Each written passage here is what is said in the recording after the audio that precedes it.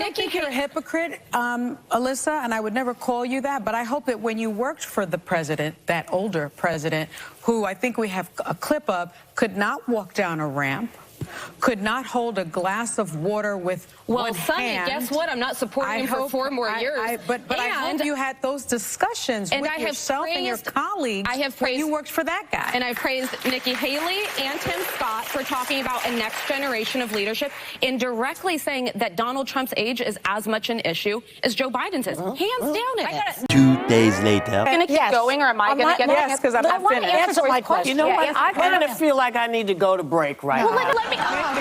Maybe. No, she's ready to answer the question. Because I can't hear anybody saying anything. It's hard when you're being interrupted. I know. So maybe we need to just figure out how we do this again. Let's have this break and let's figure out how we're going to make this work. We'll be right back.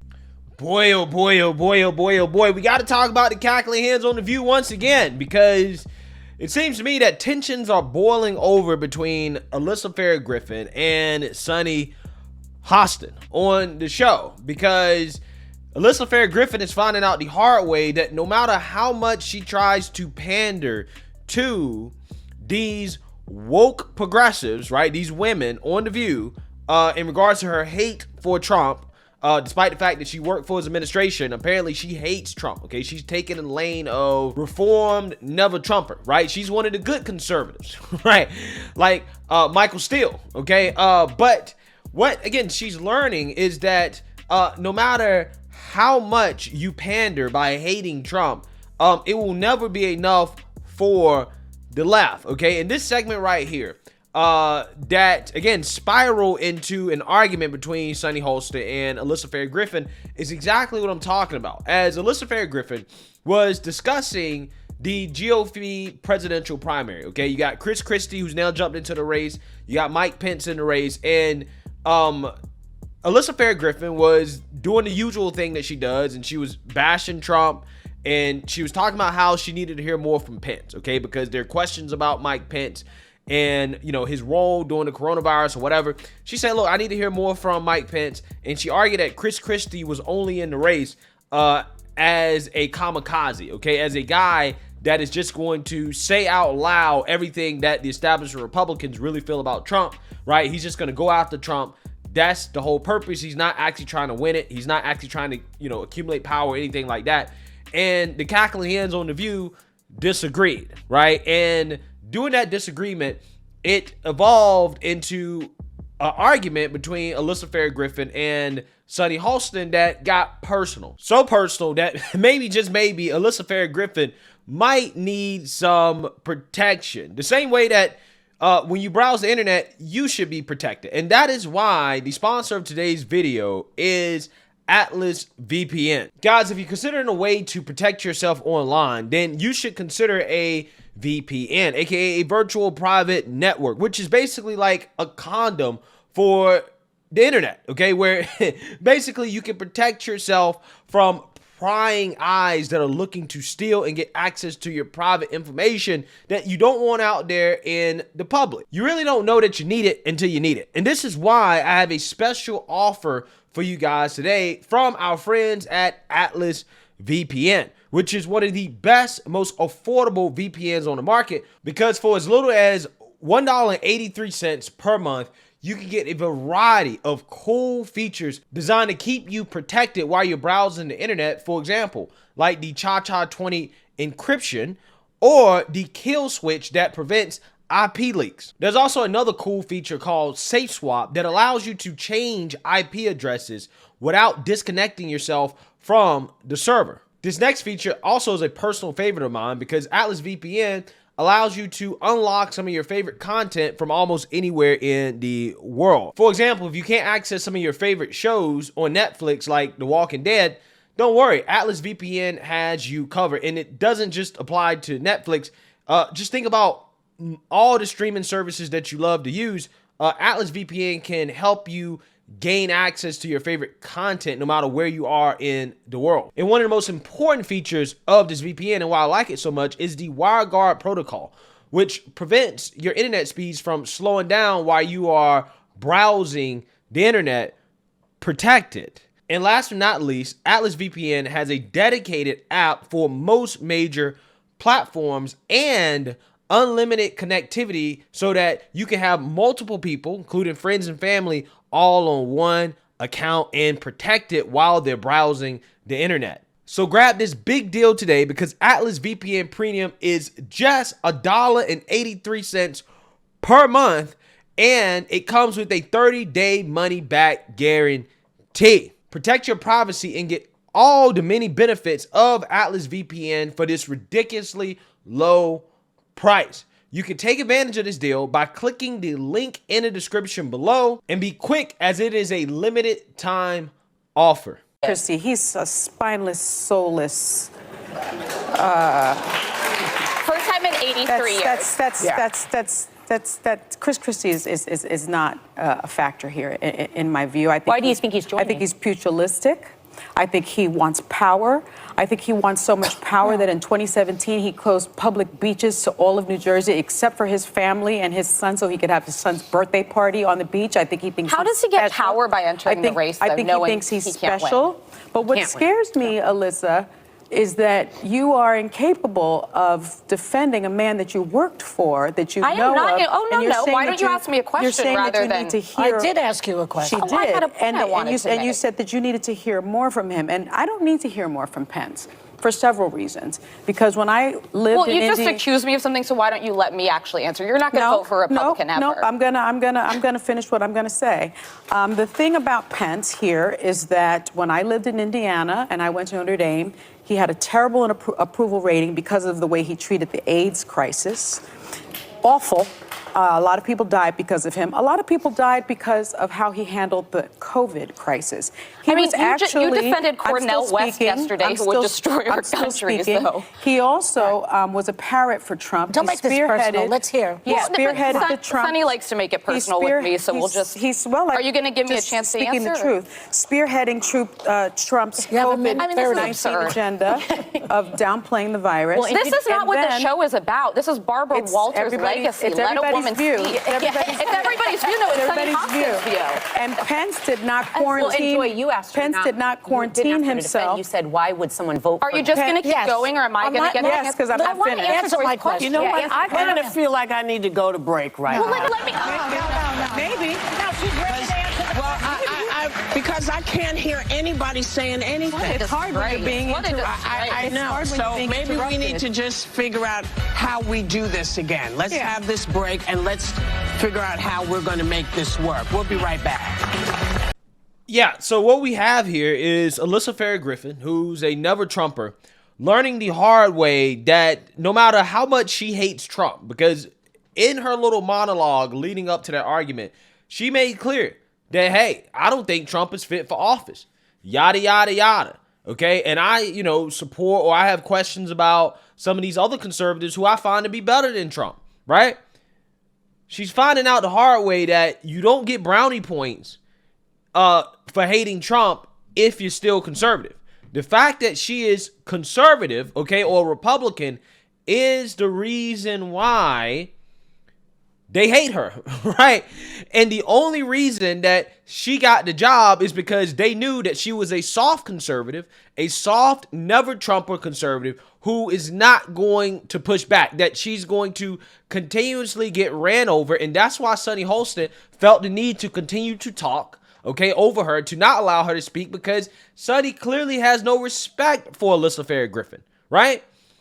And it has everything to do with her political viewpoints. Sonny Hostin, who's a racist, right, can't stand the fact that Alyssa Farah Griffin is still a self-described Republican or conservative. Now, I'm not sure exactly what's conservative about her. Now, you can be a Republican and not be conservative. There's a difference between a political party and a political ideology.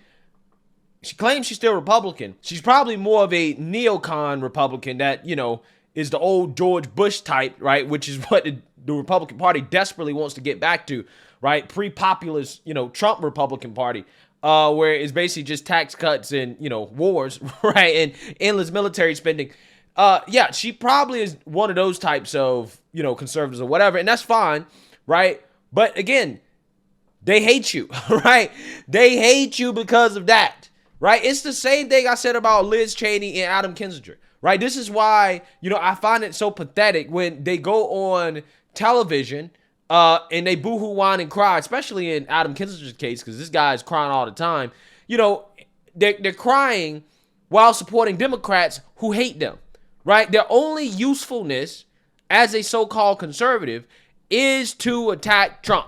That's it. As soon as Alyssa Farah Griffin stops attacking Trump, if she ever does, and let's say she comes out and supports Trump or supports America First or whatever, she's out, right? She's off the show, right? Or if she starts pushing back too much, right, she's also going to be off the show, because there were conservative women who definitely deserve to be on that show, a lot more than Alyssa Farah Griffin, that were trying out, that were way better at defending themselves in the conservative point of view than Alyssa Farah Griffin. Like, for example, that time when Lindsey Granger, who's an actual tough conservative, set the view straight, especially Joy Behar, when Joy Behar suggested that Republicans would ban guns when black people get access to guns.